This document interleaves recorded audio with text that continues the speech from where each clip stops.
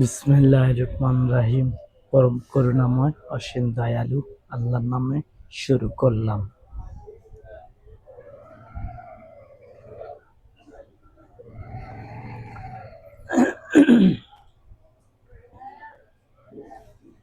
এই পৃথিবীতে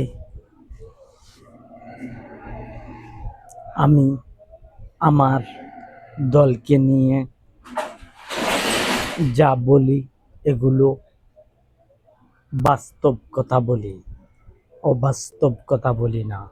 এখনকার পরিস্থিতির উপরে আহলি কিতাবগুলো পাঠানো হয়েছে। বর্তমানে এই পরিস্থিতির জন্য কলিযুগে এই কলিযুগ থাকবে,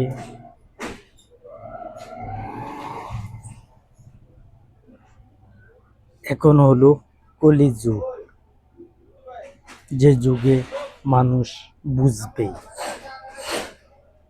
মানুষেরা বুঝবে যে কেমন কলিযুগ। আর আমার নেতৃত্বে আমি চাইব আমার দলকে টিকে রাখার জন্য, যেন এই পৃথিবীতে ইসলাম ধর্মকে টিকিয়ে রাখতে পারি, আরজু ধর্মকে যেন টিকিয়ে রাখতে পারি এই পৃথিবীতে। বর্তমানে পরিস্থিতির উপরে কথা বলছি। আমি এখন থেকে পিছনের দিকে 15 বছর আগে আমি কিছুই জানতাম না যে আমি রাজনীতি করব, আমার দলকে জিতাবো। আমি এই সম্পর্কে কিছুই জানতাম না। আর আমি উপদেশ দিব, এইটা কিন্তু আমার ছোটকাল থেকে আমার জল্পনা কল্পনাতে রয়েছিল, যে যখন দেখতাম শেখ হাসিনা অথবা খালেদা জিয়া ক্ষমতা ছিল, কোনো কথা বললে দেখতাম এর চাইতে আরো উত্তম কথা তো আমি হাজির করতে পারি। এরকম একটা জল্পনা কল্পনা ছিল ছোটকাল থেকে। যেমন বয়স যখন 15 বছর হয়েছিল, তখন হতে আমি একটা জল্পনা কল্পনা ছিল যে এই উপদেশ দিলে তো এমনি হইতো, কিবা চুরি করলে চুরির দায়, যদি চুরি করলে হাত কাইটা দিলে তো চুরি বন্ধ হয়ে যাইতো। এগুলো জল্পনা কল্পনা ছিল আমার। আর আমি এমনি আমি যে রাজনৈতিক দল বার করব এই সম্পর্কে আমার কোনো জ্ঞান ছিল না। আমি কারো কাছ থেকে এই জ্ঞান অর্জনও করি না। আমার থেকে আমি বিতরণ করি, আমি জ্ঞান বিতরণ করি এবং আমি আমাকে চালাই। আমাকে বিশ্বজগতের ভিতরে কেউ চালা না। যেমন আমি বলছিলাম যে আমাকে কেউ শিখায় না, আর ডক্টর জাকির নায়েক কি আমাকে শিখাচ্ছেন? তিনি যে কথাগুলো বলছেন, তুলে ধরছেন মুহাম্মদ আলাইহিস সালামের ব্যাপারে, আহমদ আলাইহিস সালামের ব্যাপারে, বিভিন্ন নামের ব্যাপারে, আমি তো সেগুলো সেখান থেকে শুনছি। তাহলে কি তিনি তিনি কি আমাকে শিখাচ্ছেন? আমি তার কাছ থেকে শিখছি না বলতে, যেগুলো কথা বলেন সেগুলো আল্লাহ সুবহানাহু ওয়া তাআলার, আর সেগুলো আমারই কথা। আহলি কিতাবের কথাগুলো হলো আমার কথা, আর এগুলো তিনি উল্লেখ করে তুলে ধরেন, আমি সেগুলো সেখান থেকে জানতে পারি। এই কারণে বলছি আমি আমি জ্ঞান বিতরণ করি। তার মানে কথাগুলো আমার, এখানের কথাগুলো আমার। তিনি তাহাকে দিয়ে কথাগুলো তুলে ধরছেন, সেই হিসাবে আমি জানতে পারছি যে কথাগুলো আমার।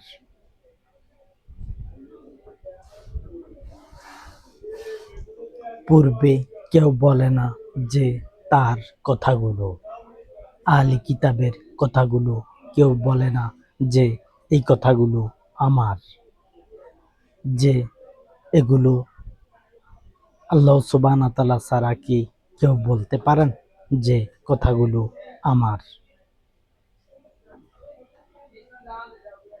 আমি এমন সূত্র ধরে কথা বলছি, আর আমি কারো কাছ থেকে শিক্ষা গ্রহণ করি না। আমি জানতে পারি কথাগুলো আমার আরেকজনের মাধ্যম দিয়ে।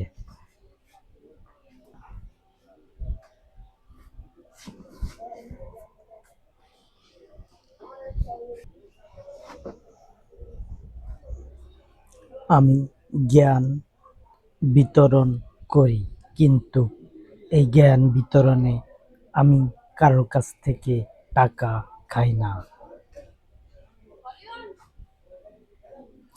আমি কারোর কাছ থেকে টাকা খাই না যে আমাকে এটার বদল দিতে হবে। আমি আমার বেতন নেব যদি আমি প্রধানমন্ত্রী বানাইতে পারি, তাহলে আমি আমার বেতন নেব প্রধানমন্ত্রীগণ থেকে। আমি যদি তারকারাজি বানাইতে পারি অথবা প্রধানমন্ত্রী বানাইতে পারি, একটা দেশ চালাইতে পারি, একটা দেশ এই পৃথিবীর সকল দেশ যদি চালাইতে পারি, তাহলে আমি একটা বেতন অবশ্যই নেব। আমার মৃত্যুর পরে, আমার মৃত্যুর পরে আমি বেতন নেব।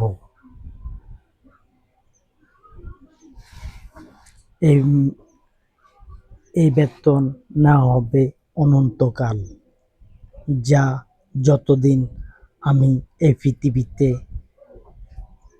তারকারাজি প্রধানমন্ত্রী বানাইতে পারবো, ততদিন আমি এই বেতন নেব।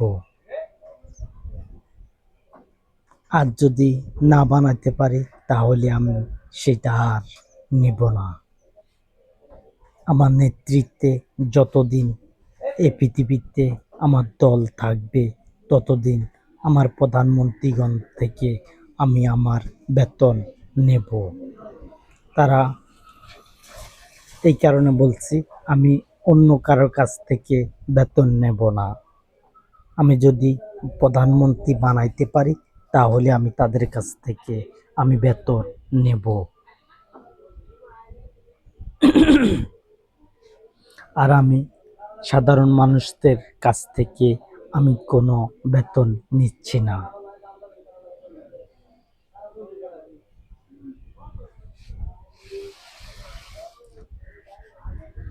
এটা একটু কঠিন বিষয় হতে পারে যে আমি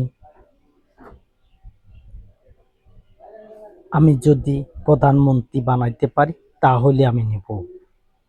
আর এমনি যেসব তথ্যগুলো দিচ্ছি, সেসব তথ্যগুলো এই পৃথিবীতে যেসব তথ্যগুলো আমি দিচ্ছি আমার ব্যাপারে, সেসব তথ্যগুলোর ব্যাপারে আমি তোমাদের কাছ থেকে, কারোর কাছ থেকে আমি ছাড়ানো নেই না।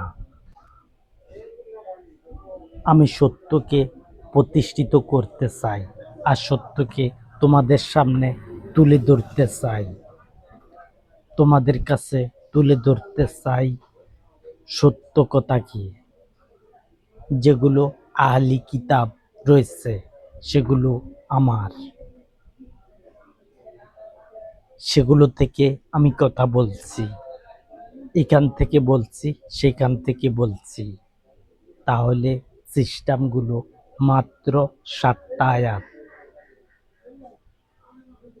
7 আয়াতের মধ্যে পুরো বিশ্বজগতের কথা বলা হয়েছে। যেমন সূরা ফাতিহা বলা হয়েছে 7টি আয়াত। এই 7 আয়াত দিয়ে এই বিশ্ব জগৎকে আমি কথা বলছি। আমি যত কথা বলি এগুলো ওই 7 আয়াতের মধ্যে পড়ে, এর বাইরে পড়ে না। আর 7 আয়াতের প্রধান হলো বিসমিল্লাহির রহমানির রহিম, পরম করুণাময় অসীম দয়ালু আল্লাহর নামে শুরু। আল্লাহর নামে শুরু এই 7 আয়াতের প্রধান, এবং এই 7 আয়াত থেকে প্রচার হলো বিশ্বজগতের ব্যাপারে। আর যত কথাই বলবো মূলত এই 7 আয়াত থেকে বলা। আল্লাহর নামে শুরু এবং এই 7টা আয়াতের ব্যাপারে কথা বলছি। মালিক ইয়াউমিদ্দিন, যিনি বিচার দিবসের মালিক। তাহলে আমি বিচার দিবসের কথা বলছি এবং বলার চেষ্টাও করছি, যেন আহলি কিতাবগুলোর ব্যাপারে তোমরা জানতে পারো।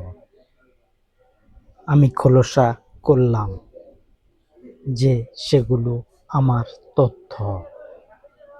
আমি এখান থেকে যেমন সঠিক তথ্য দিচ্ছি, তেমনিভাবে সেখানেও সঠিক তথ্য দেওয়া হয়েছে। আহলি কিতাবগুলোর মাঝে সঠিক তথ্য দেওয়া হয়েছে। আমরা তোমারই ইবাদত করি, তোমার নিকটে সাহায্য প্রার্থনা চাই। আল্লাহ সুবহানাহু ওয়া তাআলার কাছে সাহায্য প্রার্থনা চাই, সেই 7 আয়াতের ভিতরে রয়েছে। বিশ্বজগতের মালিক আল্লাহ সুবহানাহু ওয়া তাআলা, সেইটাও রয়েছে।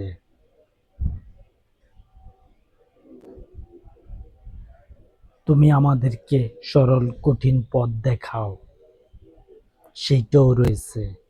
তুমি আমাদেরকে সরল কঠিন পথ দেখাও। বিচার দিবসের দিন বিচারের মালিকও আল্লাহ।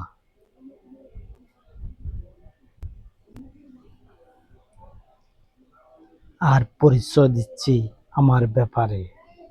আমার ব্যাপারে আমি পরিচয় দিচ্ছি, যেন তোমরা জানতে পারো আহলি কিতাবগুলোর মাঝ থেকে যে তোমাদের কাছে নতুন বার্তা এসেছে। আর নতুন বার্তা হলাম আমি এই বার্তা প্রচার করছি।